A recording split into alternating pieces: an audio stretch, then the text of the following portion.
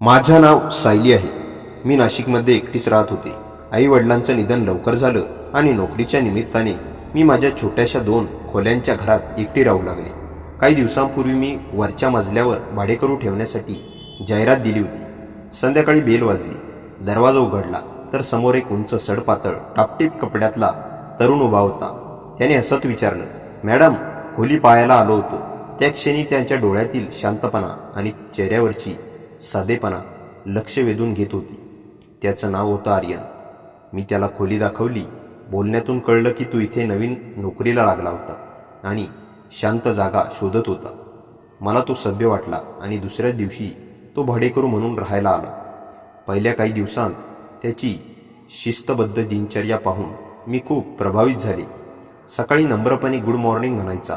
कधी माझ्या दारात ठेवलेल्या कुड्यांना पाणी घालायचा तर कधी बाहेरून येताना माझ्यासाठी दूध ठेवायचा.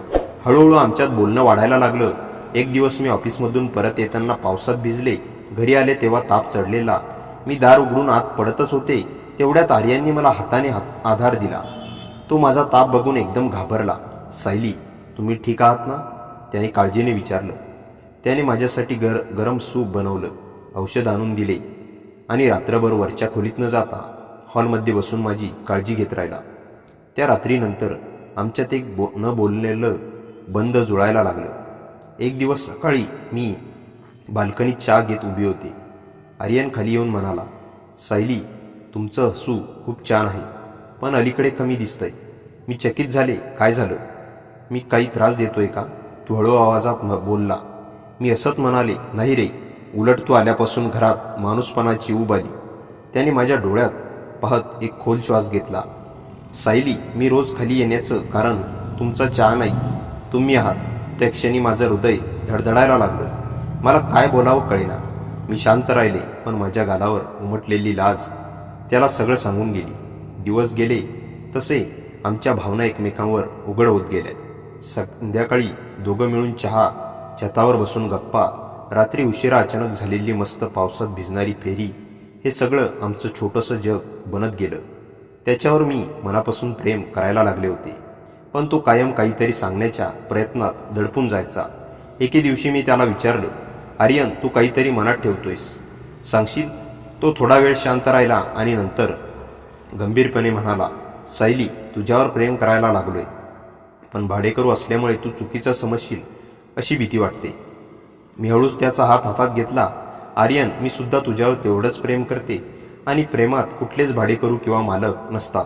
त्याने हसत माझा हात घट्ट धरला. त्या क्षणी जणू प्रकाश घरात भरून गेला. त्या दिवसानंतर आमच्या प्रेम कहाणीची खरी सुरुवात झाली. एका साध्या भेटीतून, एका चिंतित काळजीतून आणि एका मनापासून दिलेल्या आधारातून जन्मलेलं प्रेम. त्या रात्रीनंतर आमचं नातं अधिक घट्ट होऊ लागलं. आर्यन आता फक्त माझ्या वरच्या मजल्यावर राहणारा भाडेकरू नव्हता, उलट माझ्या प्रत्येक दिवसाचा एक सुंदर भाग बनत होता. रोज सकाळी मी स्वयंपाकघरात चहा बनवत असताना वरून त्याचे पाय ऱ्या उतरण्याचे आवाज येत. तो खाली येऊन दारावर उभा राहायचा आणि म्हणायचा, सायली, आजचा दिवस तुमच्यासारखा सुंदर होणार. त्याच्या या छोट्या वाक्याने माझा संपूर्ण दिवस उजळून जायचा. एकदा संध्याकाळी आम्ही दोघं छतावर बसलो होतो. थंड वाऱ्यात त्याचे केस हलकेच उडत होते आणि त्याच्या डोळ्यात एखादी शांत खोली होती जी मला खेचत होती. तो अचानक म्हणाला, सायली, मी इथे आलो तेव्हा मला वाटत होतं की शहरात परकाच राहीन, पण तू मला घर दिलंस. मी हसत म्हणाले, घर तर आधीपासूनच होतं, तू आलास म्हणून ते घर झालं. तो एकदम माझ्या जवळ बसला. आमच्या हातातल्या बोटांनी आपसूक एकमेकांना शोधलं. माझ्या हृदयाचा ठोका वाढत चालला. सायली, मी तुला काही सांगू शकतो? त्याचा आवाज हलका थरथरला. मी मान हलवली. मला तुझ्याशिवाय आता काहीच पूर्ण वाटत नाही. तुझ्यासोबत प्रत्येक क्षण मला जपून ठेवावा असं वाटतं. माझ्या गालावर हलकीशी लाली पसरली. मी त्याच्या डोक्यावर डोकं टेकवलं आणि म्हणाले, आर्यन, तुझ्यासोबतचं आयुष्य मला घाबरवत नाही, उलट सुरक्षित वाटतं. त्या क्षणी तो उठला, माझा चेहरा हलकेच हातात घेतला आणि अतिशय हळू आवाजात म्हणाला, सायली, मला तुझ्यावर खूप खूप प्रेम आहे. त्या शब्दांनी माझं मन वितळून गेलं. मी त्यांच्या छातीवर हात ठेवत म्हणाले, मी सुद्धा आर्यन, कधी नव्हतं ना इतकं. त्या रात्री चंद्रप्रकाशात आमची पहिली मिठी जुळली. अशी एक मिठी जिच्यात सुरक्षितता, प्रेम आणि भविष्याचं वचन होतं. काही दिवसानंतर माझा वाढदिवस होता. मी तर विसरूनच गेले होते. सकाळी दार उघडताच समोर मेणबत्त्या, छोटं केक आणि आर्यनचा चमकणारा चेहरा. हॅपी बर्थडे सायली, तो म्हणाला. मी थक्क झाले. कोणी इतक्या मनापासून माझ्यासाठी काहीतरी केलं होतं. खूप वर्षांनी मी केक कापला आणि त्याने माझ्या गालावर क्रीम लावलं. मी असत त्याला हलकासा धक्का दिला तर त्याने माझा हात धरला. सायली, माझ्याकडे आज एक सरप्राईज आहे. मी आश्चर्याने त्याच्याकडे पाहिलं. त्याने खिशातून एक छोटी चांदीची अंगठी बाहेर काढली. हे एंगेजमेंट रिंग नाही, पण एक वचन आहे. मी वरचा भाड्याचा करार संपला तरी तुझ्यापासून कधी दूर जाणार नाही. माझ्या डोळ्यात पाणी आलं. आर्यन, तू आलास म्हणून माझं जीवन पुन्हा जगायला लागलं. आणि मी त्याच्या हातावर हात ठेवत ती अंगठी घातली. त्या क्षणी आमचं नातं खरंच खूप पक्क झालं. एक भाडेकरू आणि मालकीन या नात्यातून सुरू झालेली प्रेम कहाणी आता मनाच्या खोलवर कोरली गेली होती. अंगठीच्या त्या छोट्याशा वचनानंतर आमचं नातं आणखी गहिरं होत गेलं. आता त्याची प्रत्येक सकाळ माझ्यासोबत आणि माझी प्रत्येक संध्याकाळ त्याच्यासोबत होत होती. आमचं दोघं जणू एकमेकांच्या जगात पूर्णपणे मिसळून गेलो होतो.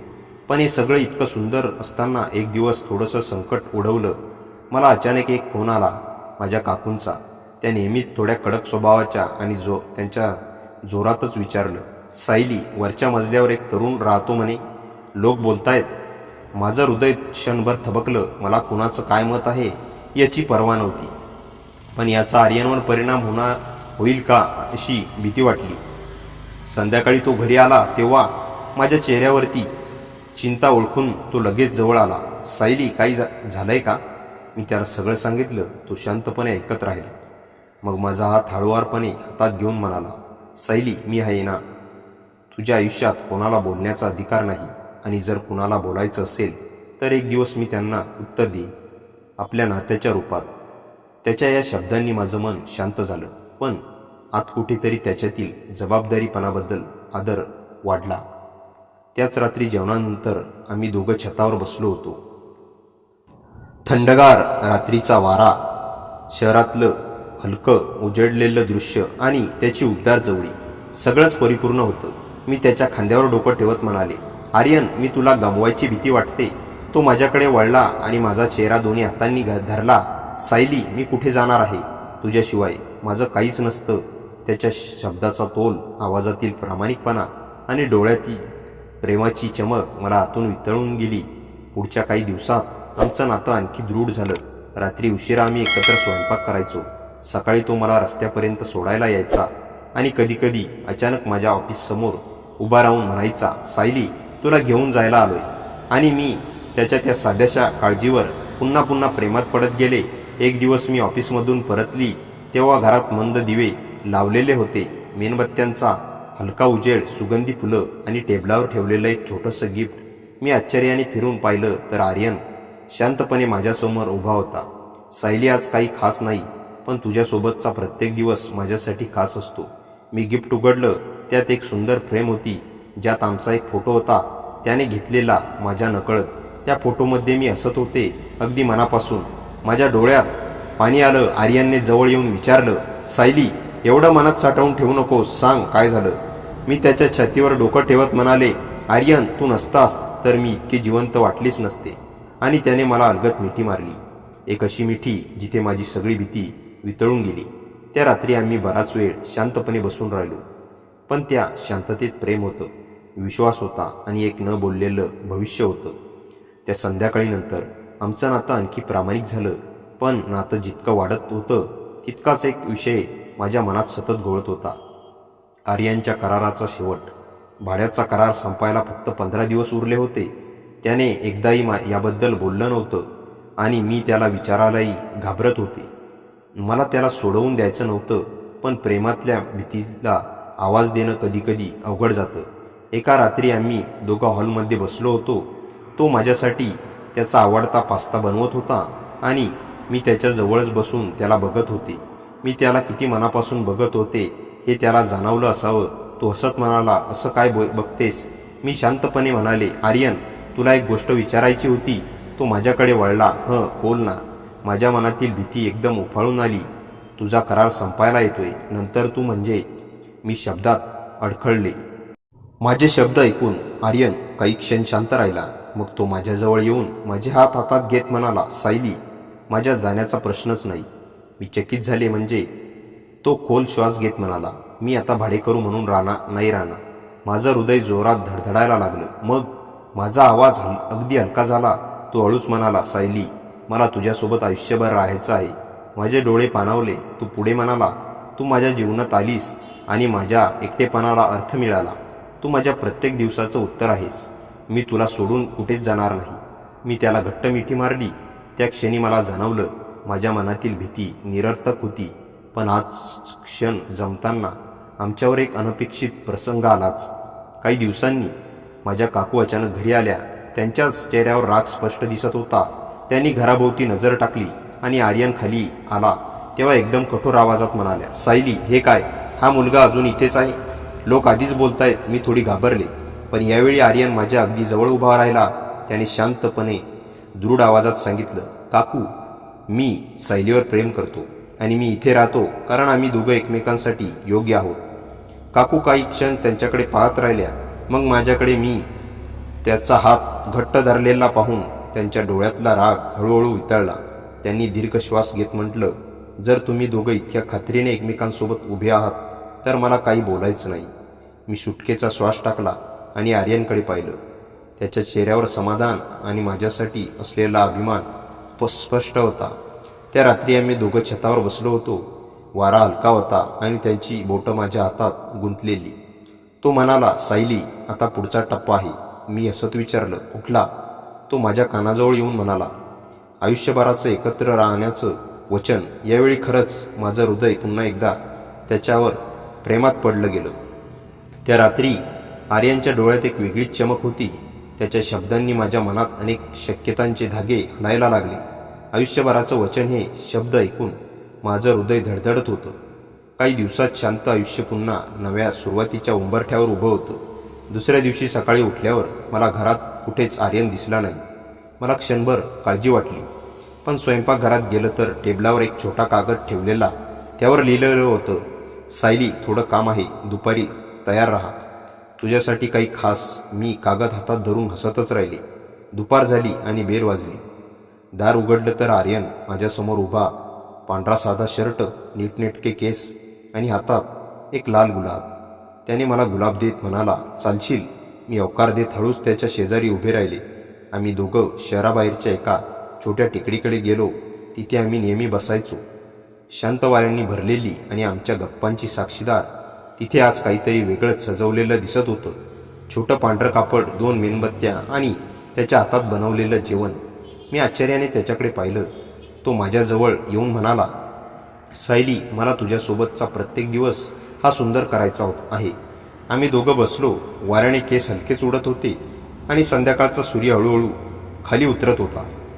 आर्यनने माझ्या हात हातात घेतला.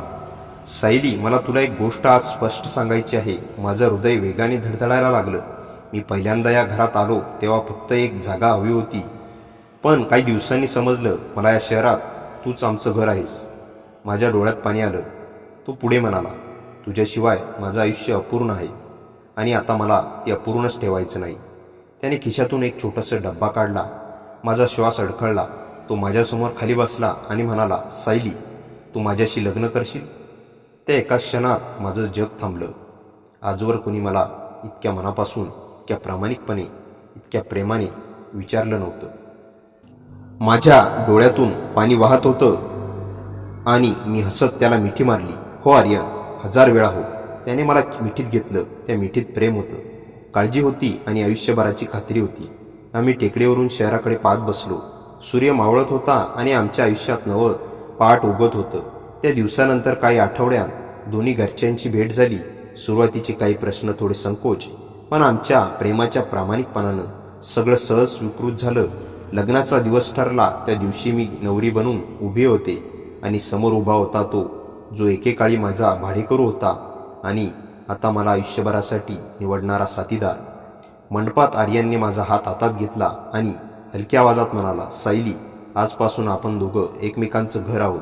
माझ्या डोळ्यातून पुन्हा पाणी आलं, आनंदाचं, समाधानाचं. लग्नानंतर आमचं आयुष्य अगदी शांत, साधं पण प्रेमाने ओथंबलेलं सुरू झालं. आर्यन आता वरच्या मजल्यावरचा भाडेकरू नव्हता. तो माझ्या घराचा, माझ्या आयुष्याचा, माझ्या प्रत्येक श्वासाचा भाग झाला होता. आम्ही आमच्या छोट्याशा घराला एकत्र सजवलं. मी भिंतीवर ठेवलेलं पिवळ्या दिव्याचे स्ट्रिंग लाईट्स लावत होते आणि मागून आर्यनने मला मिठीत घेत म्हणालं, सायली, आता हे घर पूर्ण झालंय, कारण तू आहेस. मी हसून त्याच्या खांद्यावर डोकं ठेवलं. सकाळी आम्ही दोघं एकत्र चहा घ्यायचो. आधी ज्या जागी मी एकटी कप हातात घेऊन उभी राहायचे, आता तिथे तो माझ्या शेजारी उभा असायचा आणि म्हणायचा, आजचा दिवस आपल्यासारखाच परिपूर्ण होणार. ऑफिसला जाण्यापूर्वी तो माझ्या हातात टिफिन ठेवायचा आणि मी हसत म्हणायची, कधी मोठा होणार तू? तो लगेच उत्तर द्यायचा, तुझ्यासमोर कधीच नाही. संध्याकाळी आम्ही एकत्र स्वयंपाक करायचो. तो नेहमी म्हणायचा की मी भाजी चिरताना गाणं गुणगुणते म्हणून त्याला ते पाहायला आवडतं. रात्री आम्ही दोघं छतावर बसून शहराचं मंद उजेडातलं दृश्य पाहायचो. मी त्याच्या खांद्यावर डोकं ठेवून आकाशातली तारे बघत असायचे आणि तो माझ्या केसातून हलका हात फिरवत राहायचा. एक दिवस मी त्याला विचारलं, आर्यन, तुला कधीच वाटतं का की आपण फक्त योगायोगाने भेटलो? तो हसला आणि म्हणाला, सायली, हे योगायोग नव्हतं. तू माझ्या आयुष्यात यायची होतीस. फक्त एक खोली भाड्याने मिळाली नाही, माझं संपूर्ण आयुष्य मिळालं. मी त्याच्या डोळ्यात बघित राहिले. अगदी पहिल्यांदा जसा शांतपणा दिसला तो तसाच आजही दिसत होता. काही महिन्यांनंतर आमच्या आयुष्यात आणखी एक आनंदाची बातमी आली. मी गर्भवती असल्याचं समजलं. मी आनंदाने रडत त्याला सांगितलं तेव्हा त्याने मला असं घट्ट मिठीत घेतलं की जणू जगात त्याचं सर्वात प्रिय खजिना मीच आहे. तो म्हणाला, सायली, आपल्या प्रेमाची सर्वात सुंदर ओळख आता आपल्या हातात येणार आहे. त्या क्षणी मला कळलं की आयुष्यातला यापेक्षा सुंदर वळण असूच शकत नाही. काळ जसजसा पुढे गेला तसतसं आमचं घर एका नव्या सुरावटीने भरून गेलं. भिंतीवर असलेली लावलेली बाळाची चित्र, खिडकीजवळ ठेवलेलं छोटं पाळणं आणि आम्ही दोघं एकत्र बसून त्या छोट्या जीवाबद्दल स्वप्न विणत होतो. आणि कधीकाळी ज्या घरात एकटी असायचे, जिथे शांतता बेचायची, तिथे आज प्रेमाने भरलेलं कुटुंब होतं. शेवटी मला जाणवलं, आर्यन माझ्या आयुष्यात भाडेकरू म्हणून नव्हे तर नियतीने पाठवलेला साथीदार म्हणून आला होता. त्याच्या आगमनानं माझं रिकामं घरही भरलं आणि माझं रिकामं हृदयही. आमचं प्रेम असंच साधं, शांत पण आयुष्यभर टिकणारं होतं. मित्रांनो, कथा कशी वाटली कमेंटमध्ये नक्की सांगा. कथेला जास्तीत जास्त लाईक करा आणि हाईप या बटनावर क्लिक करायला विसरू नका आणि आपल्या मित्रमैत्रिणींमध्ये शेअर करा. आणि हो, चॅनलवर नवीन असाल तर चॅनलला सबस्क्राईब करायला विसरू नका. भेटूया पुन्हा अशाच इंटरेस्टिंग आणि धमाकेदार कथेसह. तोपर्यंत हसत राहा, खुश रहा. धन्यवाद.